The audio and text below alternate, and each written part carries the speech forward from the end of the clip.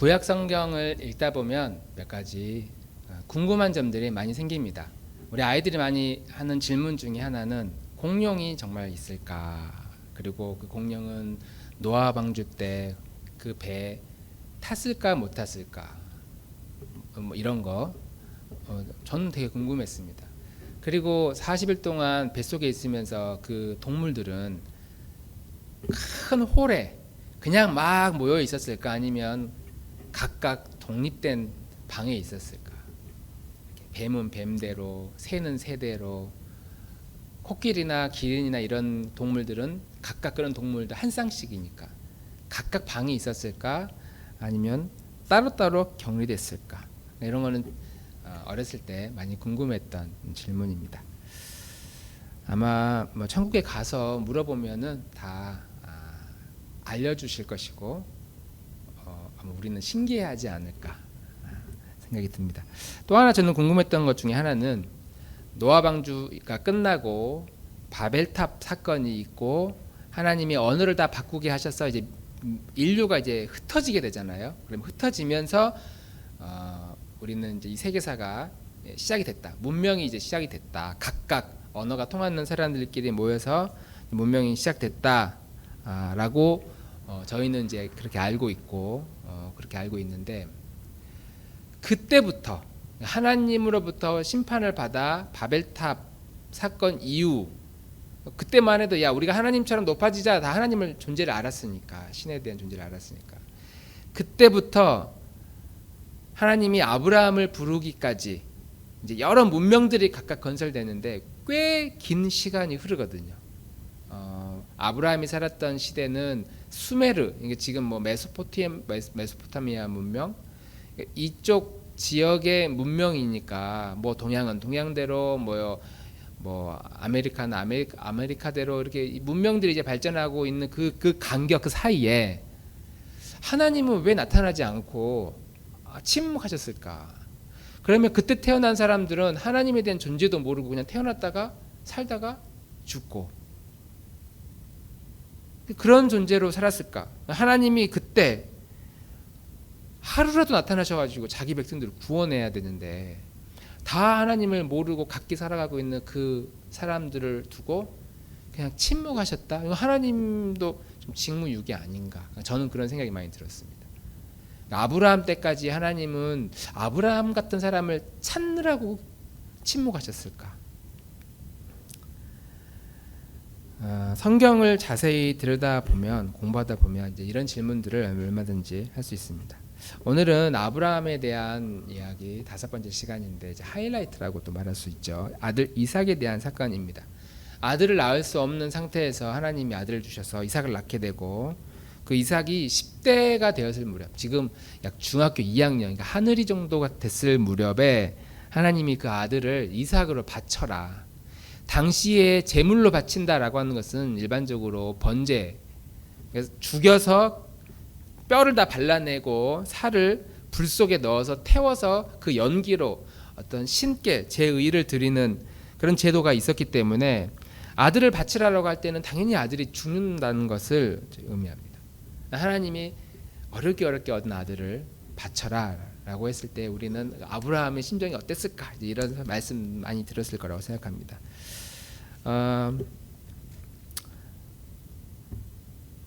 이제 하나님이 주신 아들이니까 일종의 줬다 뺏는 거잖아요. 집사님 아들을 줬다가 야 바쳐라 다시 뺏는 거 세상에 제일 치사한 게 줬다가 뺏는 거잖아요. 주면은 준 거지 또 이걸 왜 달라고 그러느냐. 우리는 여기서 엄청난 모순들이 막 발생하기 시작해요. 하나님이 주셨는데 다시 하나님께 달라? 도대체 그 신은 어떤 신인가? 그래서 어쨌든 아브라함은 그럼에도 불구하고 아들 이삭을 제물로 바치려고 작정하고 제단 위에 눕히고 몸을 묶고 칼로 찌르려고 하는 순간 하나님이 막으셨고 그래서 이삭은 살아났고 일종의 테스트 믿음에 대한 테스트는 성공적으로 끝나서 아브라함은 믿음의 조상이 되었다. 우리는 이렇게 알고 있습니다. 이 내용에 대해서 좀 더 자세히 들여다보도록 하겠습니다. 바벨탑 사건 이후에 이제 인류 문명들이 뿔뿔이 흩어져서 각각 이제 문명들을 건설해 나가게 되죠. 지금의 중동 지역에 이제 메소포타미아 문명이 시작됩니다. 그러니까 지금 뭐 이라크라고 하는데 우리는 가보진 않았지만 우리가 볼 때는 이 중동 지역이 막 매력적인 지역은 아니지 않나요? 저만 그런가? 막 가고 싶고 살고 싶고 그런 건 아니잖아요. 석유가 나고 돈이 많은 나라, 부자들이 있는 나라, 석유가 있는 나라라고만 알지. 그 모래바람 풀풀 날리는 그런 도시에서 막 살고 싶진 않잖아요. 우리는 모래 없고 다 시멘이나 콘크리트로 다 길이 덮여 있으니까 뭐 황사 이런 것만 있어도 막 답답한데 그때 지금의 중동 지역에서 메소포타미아 문명이 시작이 됩니다. 역사책에 수메르인들이 뭐 최초로 상형 문자를 만들었다. 길가메시 서사시 이런 거 들어보셨을까요? 지도를 보면은 이렇게 이제 두 개 티그리스 강, 유프라테스 강 이렇게 두 개 강이 이렇게 있는데 이 강을 중심으로 여기 이제 하나의 문명이 이제 사람들이 모여서 살기 시작했다. 그리고 처음부터 국가가 세워진 것이 아니고 도시 국가들이 발전하기 시작하고 이 도시 국가들이 서로 통일이 되면서 이제 왕국이 이제 건설이 됩니다. 당시 사람들은 혼자 있는 것보다 함께 있는 게 힘이 더 세다 이걸 이제 알았고, 그러면 이 힘을 누가 쓸 것이냐라고 하면서 권력자들이 나오기 시작합니다. 사람들의 힘을 다 모아가지고 이제 누군가가 힘이 가장 그 중에 센 사람이 존재가 이 힘을 독점하게 되죠. 그러면서 그냥 도시국가, 도시의 내가 왕, 도시의 대표가 아니라 이 도시들이 힘을 합치면 더 힘이 세지겠다. 그러면서 더 많은 권력과 힘을 집중화하려고 하는 그 인간의 죄된 본성대로 사람들은 살아갑니다. 당연히 여기에 사용되어진 게 종교예요. 종교적인 힘을 사용해서 사람들이 가지고 있는 어떤 개인적인 힘을 다 끌어가지고 왕에게 집중시키죠. 이 갈대아 우르 여기에서 여기 보면은 우르라고 하는 이 도시가 있는데 이 지역에서도 당연히 이 도시 국가에서 그 사람들의 마음을 사람들을 이렇게 한 곳으로 모으기 위해서 종교를 사용했고 온갖 우상들을 만들어내어서 그 우상의 힘에 기대어 사람들이 살아가게끔, 그리고 그 우상의 그 힘의 가장 힘이 센 사람이 그 지도자, 그 지역의 지도자가 된 것으로 당시의 문화가 이루어져 있었습니다. 그러니까 갈대아 우르에 살던 사람들은 대부분 우상을 섬기는 사람들이었고 아브라함과 데라 그의 가족들도 예외가 아니었다. 다 우상을 섬기는 사람들이었다 라고 여호수아 24장은 이렇게 말합니다. 24장 2절 말씀 같이 한번 읽어봅시다. 시작. 여호수아가 모든 백성에게 이르되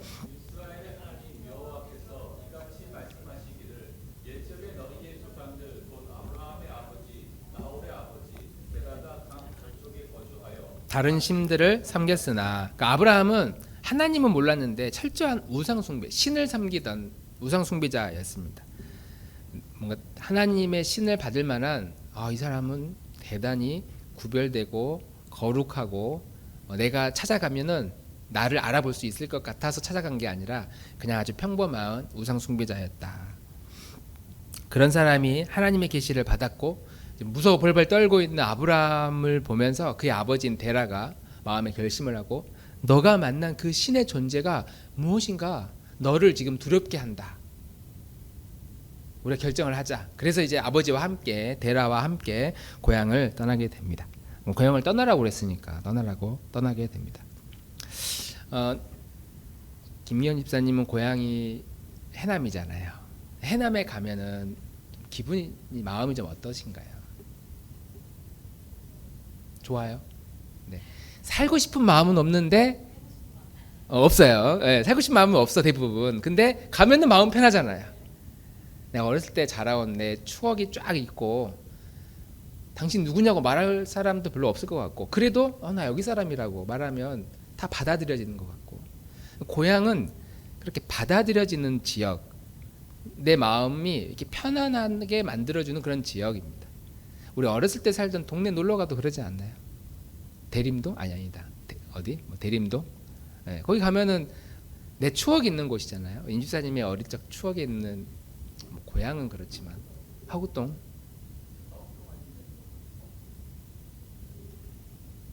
어디요?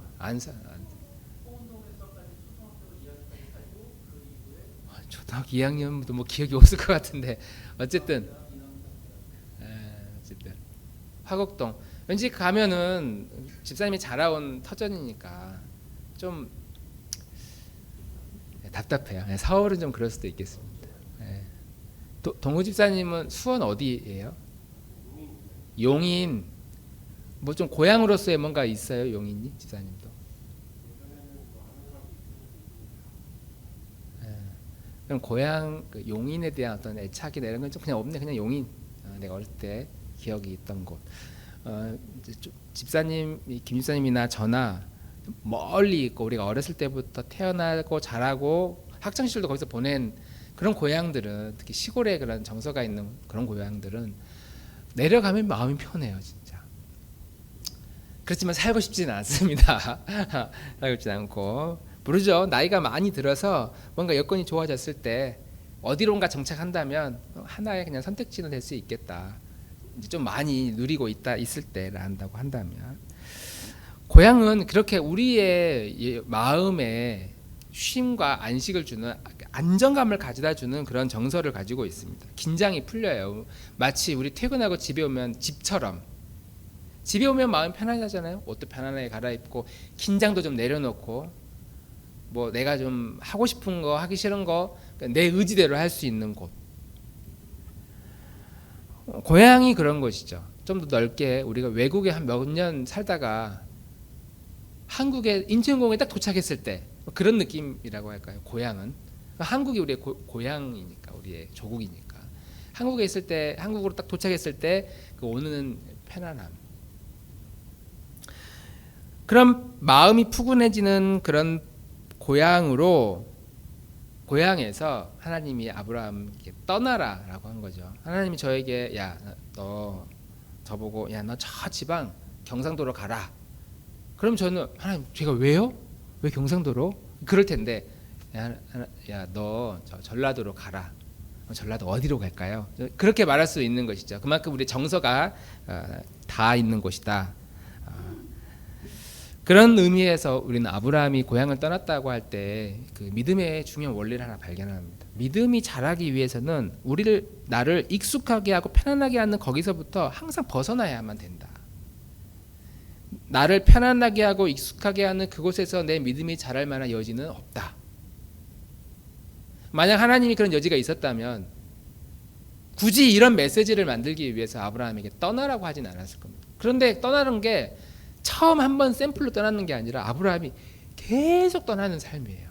뭔가 정착하려고 하면 떠나게 하고, 아버지로 인해 하란에서 갈대아 우르에서 하란으로 왔는데 정착하려고 하니까 또 떠나야 돼. 가나안으로 들어옵니다. 정착하려고 하니까 먹을 게 떨어져서 애굽으로 또 내려가요. 애굽으로 내려와서 다시 정착하려고 하니까 가나안으로 왔다가 다시 또 애굽으로 가서 400년 살다가 다시 가나안으로 왔다가, 그리고 이스라엘의 역사를 보면 전 세계로 뿔뿔이 흩어지잖아요. 1950년도에 다시 지금 뭐 팔레스타인과 이스라엘이 막 전쟁하고 영토 차지하겠다고, 이건 하나의 상징이니까 그 땅이 하나님이 주신 뭐 약속의 땅이니까 우리 땅이다. 그거는 그렇게 우리가 신뢰할 수 있는 그런 말은 아니고,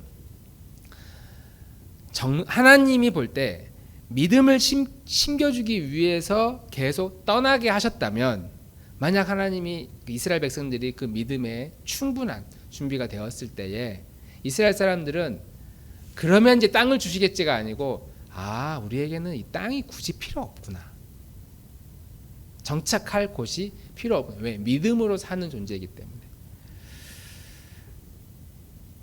가장 익숙하고 가장 편안하다고 느끼는 그곳에서 떠나게 만드심으로 하나님은 우리를 믿음의 자리로 이끈다라고 하는 겁니다. 반대로 말하면 내가 편안하고 익숙하고 안정감 있는 그곳에서는 하나님이 바라보는 그것도 잘 안 보이고, 나를 향한 하나님의 계획도 당연히 안 보이고, 하나님의 꿈도 꿀 수 없는 그곳이 우리가 익숙해지고 편안해지는 곳이다. 여기서 우리는 크게 오해합니다. 그러면 떠나야 되는구나. 모두가 다 막 신학교를 가고 선교지를 가고 그런 의미가 아니거든요. 하나님은 우리에게 약속의 땅 가나안으로 가라. 또 가나안에서도 요셉이 있는 애굽으로 가라. 또 애굽이 있는 그곳에서 이제 가나안 출애굽을 하라. 끊임없이 떠나게끔 하는 것은 성경에 나온 많은 믿음의 사람들이 가만히 있어서 믿음이 생겨난 케이스는 없다. 항상 우리를 안주하게 하는 눈에 보여지는 고향과 같은 그런 환경을 떠나라는 것이 아니라 내 마음을 안정적으로 만들게 하는 그런 내 마음 안에 있는, 우린 걸 죄라고 부르죠. 이 죄로부터 끊임없이 떠나가는 그런 모습이 하나님이 우리를 믿음으로 이끄시는 그런 모습이다. 그럼 우리는 이렇게 질문할 수 있어요. 그러면 하나님, 제가 떠나야 되는 갈대아 우르, 내가 지금 살고 있는 갈대아 우르는 어떤 곳입니까? 그리고 주님이 떠나라고 하는 그 광야는, 내 영혼에 있어서 광야는 어떤 곳입니까? 우리 하나님께 질문할 수 있습니다. 이거 가지고 나중에 또 계속 나눔하면 좋겠습니다. 자, 하나님이 아브라함에게 이제 가나안으로 떠나라라고 하시잖아요. 아비의 집을 떠나라. 내 너에게 땅을 주겠다, 자식을 주겠다, 복을 주겠다. 이제 이런 축복들을 합니다. 그런데 이런 하나님이 주시겠다고 하는 이런 축복은 뭐 방금 전에도 말했지만 이스라엘 백성들에게 너희의 국가를 만들 수 있는 영토를 주겠다, 이제 이런 의미가 아니었잖아요. 만약 그런 의미였다면 지금 아브라함의 왕국이 세워져 가지고 막 인구가 막 최소한 10억, 20억 중국과 같은 그런 대국이 세워져야, 야, 하나님이 아브라함에게 주시는 그 축복이 이렇게 이루어졌다. 봐라, 대이스라엘이 되지 않았느냐. 인구 15억, 미국보다 더 큰 나라 이스라엘. 그래야 이 아브라함에게 주신 예언이 이게 맞는데, 지금 이스라엘의 인구가 1000만도 안 돼요. 900만도 안 될 겁니다 아마. 그 땅덩어리 보면 되게 좁은 나라죠. 그리고 그 흙먼지 풀풀 날리는 그 나라가 뭐 적과 꿀이 흐르는 땅이어가지고 그렇게 매력적입니까? 우리 보고 그 땅 바꾸자고 그러면 우리는 절대 안 바꾸잖아요. 대한민국이라는 나라가 지리적으로 되게 좋잖아요. 바다도 가깝고 산도 있고. 네. 그러니까 하나님이 아브라함에게 너에게 땅을 주겠다, 하늘의 별과 같이 자식을 주겠다, 복을 주겠다라고 하는 이런 모든 땅들은 너에게 수천만 평이 되는 토지를 주겠고, 인구가 많아지게 하겠고, 너희 후손들이 막 세계 노벨상을 휩쓰는 그런, 또 왕들이 많이 배출되는 그런 나라로 되겠다라고 하는 그런 의미가 아니라, 하나님의 복의 핵심은 구원입니다. 구원. 우리를 구원하기 위한 하나님의 도구로 내가 너희를 쓰겠다. 아브라함 너를 사용하겠다. 이게 하나님이 아브라함에게 말하시는 모든 복의 가장 엑기스다. 그래서 아브라함이 태어나가지고 죽는 그 순간까지 살아가는 모든 그런 발자취는 우리 같은 사람들이 예수님을 믿고 하나님의 자녀가 돼서, 아, 내가 하나님의 백성이 됐구나. 그럼 이 세상에서 어떻게 살아가지? 그리스도인으로서 하나님의 백성의 삶을 어떻게 살아가야 되는지, 또 어떻게 하나님 나라에 들어가게 되는지를 보여주는 중요한 상징이다. 아브라함의 모든 여정은 바로 그러한 모습을 우리에게 보여주고 있습니다. 그러니까 하나님이 볼 때 아브라함에게 주겠노라라고 하시는 이 보여지는 복에 대해서 하나님은 크게 관심이 없다. 땅을 주고 막 자식을 1명 낳냐, 2명 낳냐, 수천 명 낳냐, 그러니까 이게 큰 의미가 없어요. 그래서 저는 하나님이 아브라함에게 복을 주셔서 하늘의 별과 같이 이렇게 자식을 주겠다고 하는 그 약속이 을 근거로, 하나님이 아브라함이 이삭을 낳고 이삭이 야곱을 낳았는데 야곱이 12아들이 낳았고 12아들이 결국 이스라엘 12지파가 되지 않았느냐, 엄청난 인구가 늘어나지 않았느냐 라고 근거를 내는데, 그게 저는 되게 웃기다고 생각을 했어요. 하늘의 별에 비하면은 이스라엘의 인구가 게임도 안 될 만큼 적어. 12지파 인구가 많아봐야 뭐 몇 천만 됐겠어요. 1000만도 안 돼, 몇백만 겨우. 출애굽할 때 당시엔 200만이었으니까. 거기에 비하면 이집트나 시리아나 당시 아수르 같은 나라들의 인구는 얼마나 많았습니까? 하나님이 뭐 이 인구 주려고 하늘의 별과 같이 복을 주셨다고? 결코 자식을 많이 주겠다라는 의미가 아니었다. 하나님이 아브라함에게 주시겠다고 하는 이 복의 핵심들을 우리는 끊임없이 구원과 연결시켜서 생각해야 된다라고 하는 것이죠. 그래서 지난주에 우리나 하나님께서 아브라함에게 나타나셔가지고 야 나는 전능한 하나님이 너는 내 앞에서 완전하라 라고 하시면서 아브라함과 그의 모든 남자 식솔들에게 이제 할례를 받으라고 그렇게 명령을 하시잖아요. 하나님이 하시는 인간에게 하시는 구체적인 표시 첫 번째 할례의 명령을 아브라함에게 한 겁니다. 그리고 지난주에 말씀 나눴던 것처럼 할례의 의미는 생물학적으로 남성이 더 이상 아이를 낳지 못하게 만들어버린 상태, 더 이상 출산을 못하게 만들어버리는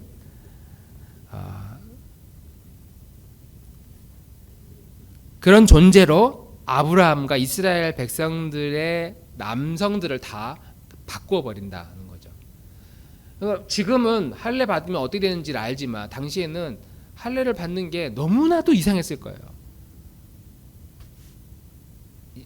이렇게 하다가 막 죽으면 어떡하지? 막 뭐 통증이나 뭐 이런 거를 떠나서 더 이상 남자로서 역할을 하지 못한다는 그 두려움과 불안함. 그런데도 하나님의 명령이니까 그걸 하기는 하는데 도대체 왜 하나님 이걸 하라고 하지? 이해를 못했다라고 하는 거죠. 하나님이 아브라함에게 아이를 갖지 못하게 만드심으로 아브라함이 지금부터 태어나는 모든 아이들은 단순히 아브라함과 사라가 잠자리를 해서 아이를 낳는 게 아니라 너희들은 이제 아이를 못 낳는 민족이야. 대신에 너희들의 자녀와 후손들은 내가 주겠다. 하나님이 내가 너에게 아이를 주겠다 라고 하는 의미를 가지고 있습니다. 그래서 우리 믿는 사람들은 그렇게 표현하잖아요. 결혼하고 아이가 태어나면 야 우리가 결혼해가지고 잠자리를 해서 이렇게 아이가 태어났다 이렇게 말하지 않고 결혼해서 아이를 하나님이 선물로 주셨다 우리 이렇게 고백하잖아요. 하나님이 주신 선물이라고 우리는 우리 자녀들 후손들을 보면서 그렇게 이야기를 합니다. 유대인들의 생각은 이제 그거였어요. 거기까지 가지 않고 야 할례를 받았으니까 난 유대인이야. 난 하나님의 선택된 백성이야. 너는 할례를 받지 않았으니까 하나님의 백성이 아니야. 할례자와 무할례자로 이렇게 갈라가지고 구원을 받았냐 안 받았냐 이것으로 유대인들은 생각을 했는데 신약시대에 예수님께서 우리에게 복음을 주면서 그 복음이 이런 생각을 깨트려 버린 거죠. 할례자냐 무할례자냐 아무것도 아니로되 오직 새로 지으심을 받는 것만이 중요하니라. 아무것도 아니로되 할례를 받았냐 안 받았냐라고 하는 것은 그 의미 큰 의미가 아니라 하나님이 아브라함을 통해서 할례 제도를 주시는 것은 야 너희는 너희의 힘으로 번영하지 못한다. 너의 힘으로 아들을 낳을 수 없다. 자식이 태어나지 않는다. 너희의 후손은 내가 주는 것이다. 오직 나만이 너희의 대를 이루게 하실 것이다. 그런 의미를 가지고 있는 것이죠. 자, 하나님이 아브라함에게 첫 번째 고향을 떠나라고 했고 두 번째 할례를 하도록 했습니다. 그리고 이제 할례를 하고 나서 태어난 이제 이삭이죠. 그리고 세 번째는 이제 이 이삭을 이제 바치라고 하는 내용이 나타납니다. 이제 이삭이 태어났습니다. 할례 제도를 통해서 유추해 보면 이 이삭은 누구의 아들일까요? 임집사님, 아들은 누구의 아들일까요? 선생님 죄송한데 발을 좀 내려주시면 어떨까요? 네. 아브라함의 아들이잖아요. 그런데 방금 할례의 의미대로 한다면은 이 아브라함이 낳은 이 이삭은 아브라함이 생각할 때 믿음으로 생각할 때 이 아들은 누구의 아들이라고 생각하는 게 더 믿음으로 볼 때 하나님의 아들. 왜냐하면 나는 이제 아이를 낳을 수 없는 존재인데 이렇게 태어났어. 심지어 사라는 더 이상 출산하지 못하는 상태가 됐는데도 하나님이 아이를 낳게 만드셨잖아요. 그러니까 이 아이는 하나님이 주신 아이다. 할례자들은 다 죽은 존재이기 때문에 생산을 못하는데 그래서 이삭은 태어날 수 없는 아들이었는데 하나님이 그 이삭을 선물로 주신 거예요. 그래서 하나님이 이삭을 바쳐라 라고 할 때 우리가 보통 믿음으로 야 넌 죽어야 되겠다. 슬프지만 어쩔 수 없다. 막 그런 게 아니라 이삭을 바치라고 할 때 이 이삭은 하나님의 아들, 내 아들이 아니라 하나님의 아들이니까 하나님이 나에게 그냥 주신 아들이니까 그 아버지가 아버지의 소유이니까 주신 이도 하나님이시면 데리고 가는 분도 하나님이 하실 일이다. 내게 아니다. 그런 마음의 상태, 우린 그걸 믿음이라고 부르잖아요. 그런 믿음으로 그 아이를 데리고 산으로 올랐던 것이죠. 로마서 4장 17절 19절 말씀 우리 한번 같이 읽어보겠습니다. 17절부터 시작. 이것은 성경에 기록된 대로 내가 너를 많은 민족의 조상으로 세웠다 함과 같습니다. 이 약속은 그가 믿은 하나님, 다시 말하면 죽은 사람들을 살리시며 없는 것들을 불러내어 있는 것이 되게 하시는 하나님께서 보장하신 것입니다. 아브라함은 희망이 사라진 때에도 바라면서 믿었으므로 너의 자손이 이와 같이 많아질 것이다 하신 말씀대로 많은 민족이 조상이 되었습니다. 그는 나이가 100세가 되어서 자기 몸이 이미 죽은 것이나 다름없고 또한 사라의 태도 죽은 것이나 다름없는 줄 알면서도 그는 믿음이 약해지지 않았습니다. 복음서에는 신약 성경에는 이 아브라함의 이 모습을 보면서 아브라함은 하나님이 죽은 자도 살리시는구나, 죽은 나도 살리셔서 생명을 이렇게 허락하시는 것을 보면 하나님은 죽은 자도 살리시는 분이다. 이걸 알았던 것이죠.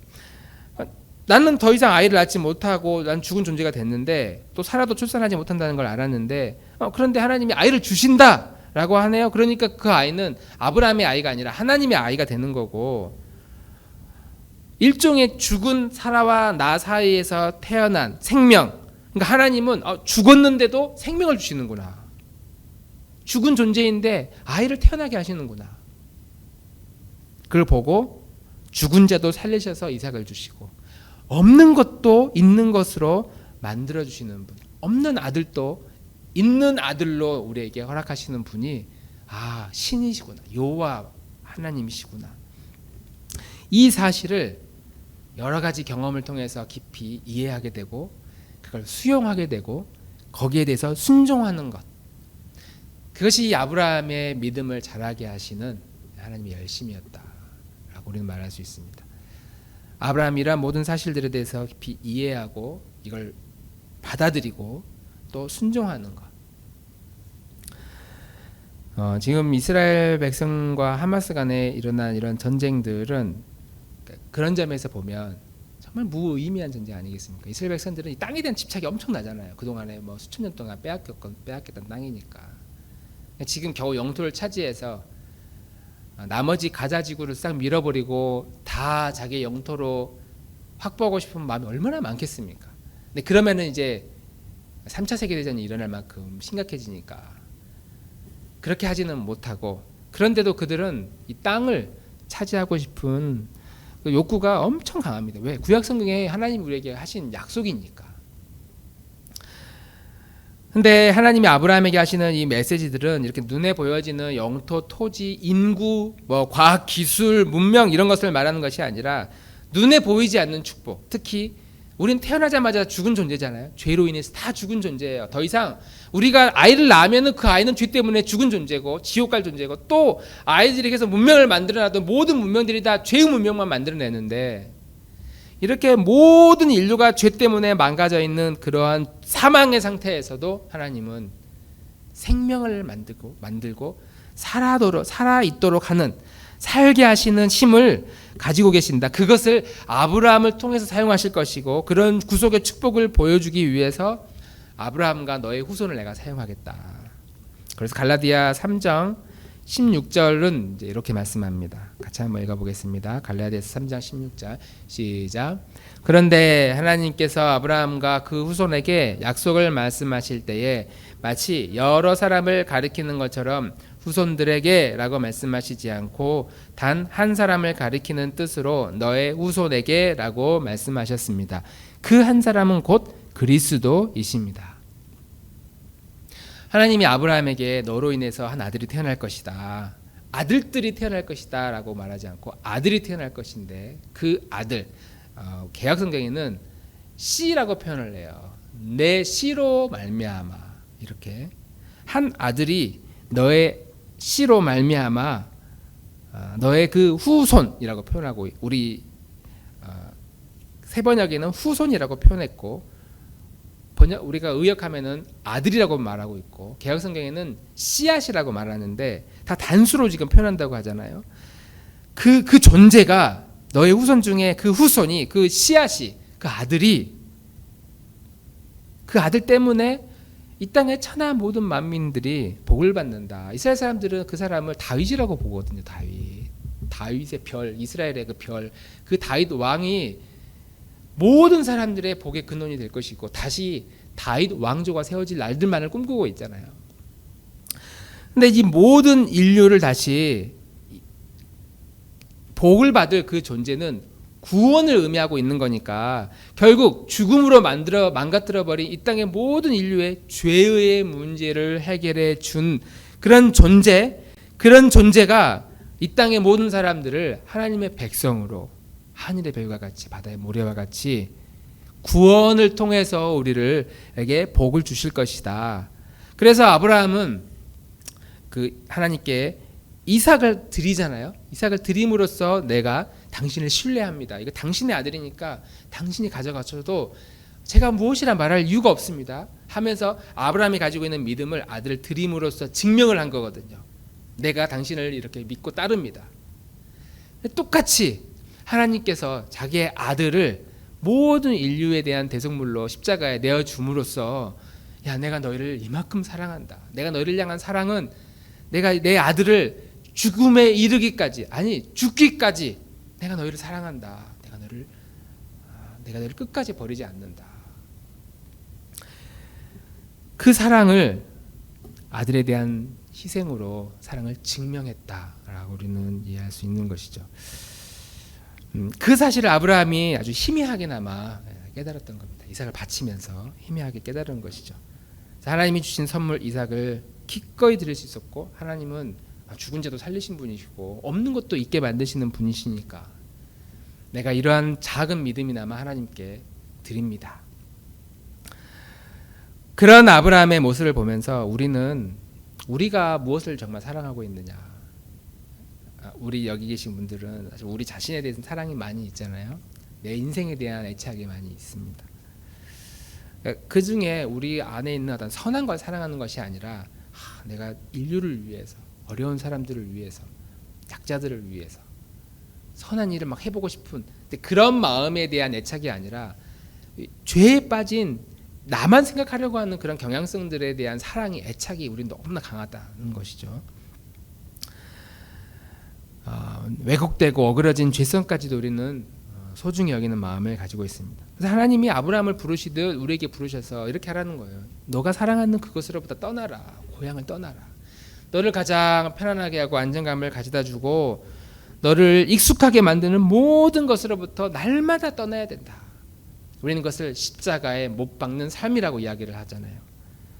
믿음은 광야에서 자라지 익숙한 곳에서는 자라지 않는다. 믿음이 자라게 해달라고 기도는 하지만 여전히 그 자리에서 맴돌고 있는 우리의 모습들을 우리는 볼 수 있어야 된다는 것이죠. 두 번째는 우린 태어나면서 이미 죽은 존재 아니겠습니까? 영적으로 그래서 할례 받은 자이다. 하나님 앞에 이미 죽은 자이다. 이 고백을 우리가 할 수 있다면, 죽은 죄도 살리시는 하나님, 내 영혼, 내 인생이 여기서 끝나는 것처럼 보여도 하나님은 결국 우리를 통해서 하나님의 목표와 꿈을 이루실 것이다. 이미 하나님 앞에 내가 죽은 존재임을 날마다 고백하는 우리 나눔 교우들이 되기를 주님으로 축복합니다. 마지막으로 주님이 우리에게 하신 이런 사랑이 있잖아요. 우리는 이삭을 보면서 어떻게 아들을 바칠 수 있었을까라고 생각하면서 안타까워하시지, 자기 아들을, 예수 그리스도를 십자가에 내어놓으면서 어떻게 하나님이 자기 아들을 그렇게 십자가에 죽게 만들 수 있을까? 그렇게 자기 아들을 죽음에 내밀기까지 우리를 사랑하시는 그 하나님의 그 열심을 우리가 만약 볼 수 있다면, 우리 또한 내가 사랑하는 것을 날마다 주님께 드리는 연습, 우리가 믿음이 없으면 조금 드리는데 조금 믿음이 생기면 좀 더 많이 드리고, 나의 시간도 드리고 나의 마음도 드리고, 주님이 기뻐하실 일들을 끊임없이 찾아서 그렇게 순종하고 따르고 귀를 기울이고 받아들이고 그러한 믿음의 길을 걸어갈 때에 우리를 향한 하나님의 그 믿음의 열심은 놀라울 정도로 우리를 변화시킬 것이라고 믿습니다.